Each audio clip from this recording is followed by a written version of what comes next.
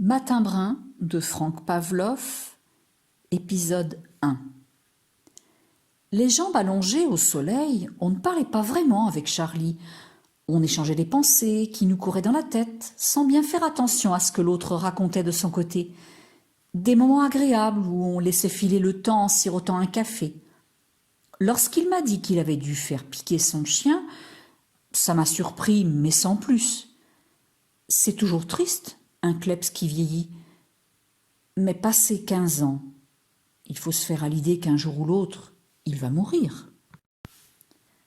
Tu comprends, je pouvais pas le faire passer pour un brun. Un labrador, c'est pas trop sa couleur, mais il avait quoi comme maladie? C'est pas la question. C'était pas un chien brun, c'est tout. Mince alors, comme pour les chats maintenant? Oui, pareil. Pour les chats, j'étais au courant. Le mois dernier, j'avais dû me débarrasser du mien, un de gouttière, qui avait eu la mauvaise idée de naître blanc taché de noir. C'est vrai que la surpopulation des chats devenait insupportable et que d'après ce que les scientifiques de l'État national disaient, il valait mieux garder les bruns. Que des bruns. Tous les tests de sélection prouvaient qu'ils s'adaptaient mieux à notre vie citadine, qu'ils avaient des portées peu nombreuses et qu'ils mangeaient beaucoup moins. Ma foi, un chat, c'est un chat, et comme il fallait bien résoudre le problème d'une façon ou d'une autre, va pour le décret qui instaurait la suppression des chats qui n'étaient pas bruns. Les milices et la ville distribuaient gratuitement des boulettes d'arsenic. Mélangées à la pâtée, elles expédiaient les matous en moins de 2. Mon cœur s'était serré, puis on oublie vite. Les chiens, ça m'avait surpris un peu plus. Je ne sais pas trop pourquoi, peut-être parce que c'est plus gros ou que c'est le compagnon de l'homme, comme on dit. En tout cas, Charlie venait d'en parler aussi naturellement que je l'avais fait pour mon chat, et il avait sans doute raison. Trop de sensiblerie ne mène pas à grand-chose, et pour les chiens, c'est sans doute vrai que les bruns sont plus résistants. On n'avait plus grand-chose à se dire, on s'était quitté, mais avec une drôle d'impression, comme si on ne s'était pas tout dit, pas trop à l'aise. Quelque temps après, c'est moi qui avais appris à Charlie que le quotidien de la ville ne paraîtrait plus.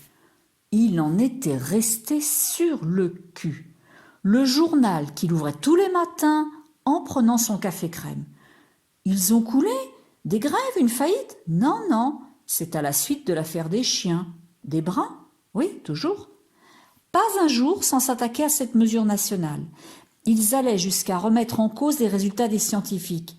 Les lecteurs ne savaient plus ce qu'il fallait penser. Certains même commençaient à cacher leurs clébards. À trop jouer avec le feu. Comme tu dis, le journal a fini par se faire interdire. Mince alors, et pour le tiercé? Mon vieux, faudra chercher tes tuyaux dans les nouvelles brunes, il n'y a plus que celle-là. Il paraît que côté course et sport, il tient la route. Puisque les autres avaient passé les bornes, il fallait bien qu'il reste un canard dans la ville, on ne pouvait pas se passer d'informations tout de même. J'avais repris ce jour-là un café avec Charlie, mais ça me tracassait de devenir un lecteur des nouvelles brunes. Pourtant, autour de moi, les clients du bistrot continuaient leur vie comme avant. J'avais sûrement tort de m'inquiéter. Après ça avait été le tour des livres, de la bibliothèque, une histoire pas très claire encore. Les maisons d'édition qui faisaient partie du même groupe financier que le quotidien de la ville étaient poursuivies en justice et leurs livres interdits de séjour sur les rayons des bibliothèques. Il est vrai que si on lisait bien ce que ces maisons d'édition continuaient de publier, on relevait le mot chien ou chat au moins une fois par volume et pas toujours sûrement assorti du mot brun. Elle devait bien le savoir tout de même. Faut pas pousser, disait Charlie. Tu comprends? La nation n'a rien à y gagner à accepter qu'on détourne la loi et à jouer au chat et à la souris. Brune, il avait ajouté, en regardant autour de lui. Souris brune, au cas où on aurait surpris notre conversation. Par mesure de précaution, on avait pris l'habitude de rajouter brun ou brune à la fin des phrases ou après les mots. Au début, demander un pastis brun, ça nous avait fait drôle. Puis après tout, le langage s'est fait pour évoluer et ce n'était pas plus étrange de donner dans le brun que de rajouter putain de con à tout bout de champ comme on le fait par chez nous. Au moins, on était bien vu et on était tranquille. On avait même fini par toucher le tiercé. Oh, pas un gros, mais tout de même, notre premier tiercé brun.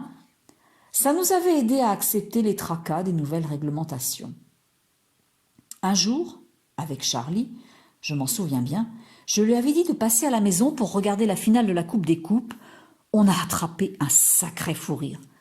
Voilà pas qu'il débarque avec un nouveau chien, magnifique, brun de la queue au museau, avec des yeux marrons. Tu vois, finalement, il est plus affectueux que l'autre et il m'obéit au doigt et à l'œil. Fallait pas que j'en fasse un drame du labrador noir. À peine il avait dit cette phrase que son chien s'était précipité sous le canapé en jappant comme un dingue. Et gueule que je te gueule, et que même brun, je n'obéis ni à mon maître ni à personne.